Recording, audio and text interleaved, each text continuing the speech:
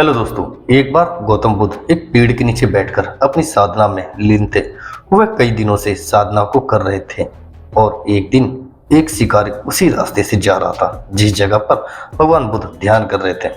शिकारी ने महात्मा बुद्ध के बारे में काफी तारीफ सुनी थी, जैसे उनके स्वभाव के बारे में, उनके ज्ञान के बारे में, लेकिन यह सब सुनकर भी वह उनसे संतुष्ट नहीं था और उसे महात्मा बुद्ध पर विश्वास नहीं था। उसने जब महात्मा बुद्ध को साधना करते हुए देखा तो उसके मन में विचार आया कि क्यों ना बुद्ध की परीक्षा ली जाए। इससे उनकी असलियत का पता लग ही जाएगा, क्या सच में वह बहुत ज्ञानी है। शिकारी वहीं खड़े होकर सोचने लगा कि क्या किया जाए, क्या किया जाए, क्या किया जाए। तभी उसकी नजर एक पत्थर पर पड़ी तो उसके मन में तुरंत एक विचार आया। उस शिकारी ने पत्थर उठाकर साधना में लीन बुद्ध के ऊपर फेंक कर मारा। वह पत्थर बहुत जोर से बुद्ध को लगा, लेकिन उन्होंने कोई प्रतिक्रिया नहीं दिखाई। वह चुपचाप अपनी साधना में लीन थे। भगवान बुद्ध का मानना था कि शरीर को तकलीफ होती है, आत्मा को नहीं। उसी तरह शिकारी द्वारा फेंके गए उस पत्थर से उनके शरीर को तकलीफ हुई, ना कि उनकी आत्मा को। और बिना किसी प्रक्रिया के साधना में महात्मा बुद्ध लगे रहे। शिकारी कुछ समय तक बुद्ध की तरफ देखता रहा और सोचता रहा, अब महात्मा बुद्ध कुछ प्रतिक्रिया करेंगे, अब कुछ ना कुछ बोलेंगे। लेकिन महात्मा बुद्ध अपनी साधना में लीन थे, उन्होंने किसी भी तरह की कोई प्रतिक्रिया नहीं दिखाई। कुछ देर बाद शिकारी फिर से पत्थर बुद्ध के ऊपर फिर से देके मारता है। अब की बार पत्थर महात्मा बुद्ध की आंखों के ऊपर लगा और उस जगह से बहुत तेज खून बहने लगा। महात्मा बुद्ध को महसूस हुआ कि उनके शरीर से खून बह रहा है, लेकिन तब भी वह अपने ध्यान से नहीं उठे। यह देखकर शिकारी बहुत ही गुस्सा हुआ। उससे समझ नहीं आ रहा था कि क्या हुआ, लेकिन वो काफी क्रोधित था। उसे समझ नहीं आ रहा था कि इतनी चोट के बाद भी वह कोई प्रतिक्रिया क्यों नहीं दे रहे हैं। तब उसने और गुस्से में उन्हें एक और पत्थर फेंक कर मारा। अब की बार बुद्ध के शरीर से बहुत ही ज्यादा खून बहने लगा।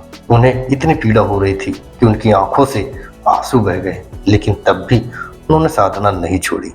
यह देखकर शिकारी से रहा नहीं गया और वह गौतम बुद्ध के पास गया और बोला, हे महात्मा, मुझे आपसे कुछ पूछना है। बुद्ध ने इस बार अपनी आंखें खोली। बुद्ध की आंखों की चमक से ही वह व्यक्ति हैरान था। बुद्ध ने कहा, तो क्या पूछना चाहते हो? तब शिकारी ने कहा, जब मैंने आपको पत्थर मारा तो आपकी प्रतिक्रिया क्यों नहीं किया, जबकि आपको चोट लगी है और आपको काफी दर्द भी हो रहा है, लेकिन तब भी आपने कुछ नहीं कहा। तब महात्मा बुद्ध ने बड़े ही सरलता के साथ कहा, क्योंकि इससे मेरे शरीर को कष्ट हुआ है, मेरे मस्तिष्क को नहीं। और यह सुनकर शिकारी अचंभित रह गया। उसने फिर महात्मा बुद्ध से पूछा, तो फिर आपकी आंखों से आंसू क्यों बह रहे हैं? तब इस पर महात्मा बुद्ध ने कहा, तुम्हारे द्वारा किए गए जो भी अनुचित कार्य के परिणाम के बारे में मैं विचार कर कर ही मेरा शरीर रो रहा था।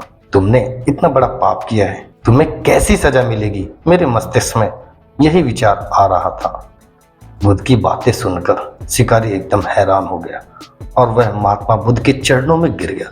शिकारी ने महात्मा बुद्ध से माफी मांगते हुए कहा, हे महात्मा, मुझे क्षमा कर दे। मुझे आप पर विश्वास नहीं था। मुझे लगता था कि आपकी हर चीज, हर बात झूठी है, बेकार है। इसलिए मैं परीक्षा लेने के हेतु ये सारे कर्म कर रहा था, लेकिन मुझे आज ये यकीन हो गया कि आपका ज्ञान सत्य है। मुझे क्षमा कर और मुझे अपने पास शरण दे। गौतम बुद्ध बहुत ही दयालु थे। उन्होंने शिकारी से कुछ नहीं कहा और उसे क्षमा कर दिया। बुद्ध ने उसे अपना आशीर्वाद दे दिया और वह शिकारी महात्मा बुद्ध का आशीर्वाद पाकर एक महान व्यक्ति और साधक के रूप में अपना जीवन व्यतीत करने लगा। जी हाँ दोस्तों, इस कहानी से हमने यह सीखा कि हमें भी अपने शरीर और आत्मा दोनों को मजबूत करना चाहिए।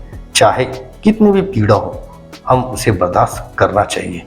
यदि आप उस पीड़ा के आगे हार जाएंगे तो कमजोर पड़ जाएंगे। इसलिए खुद को मजबूत करो। यदि आपने स्वयं को मजबूत कर लिया तो कोई भी आपको किसी भी परिस्थिति में नहीं तोड़ सकता।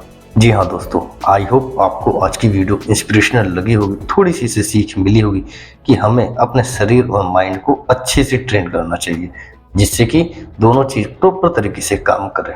और हम शांत स्वभाव में अपने लक्ष्य की ओर केवल बढ़ें। और अभी तक आपने चैनल को सब्सक्राइब नहीं किया है तो प्लीज चैनल को सब्सक्राइब करना ना भूलें, जिससे कि ऐसी कंटेंट आप तक टाइम टू टाइम पहुंचते रहें। अब हम मिलेंगे अगली वीडियो में, तब तक के लिए बाय, टेक केयर और अपना कीमती समय देने के लिए तहे दिल से शुक्रिया।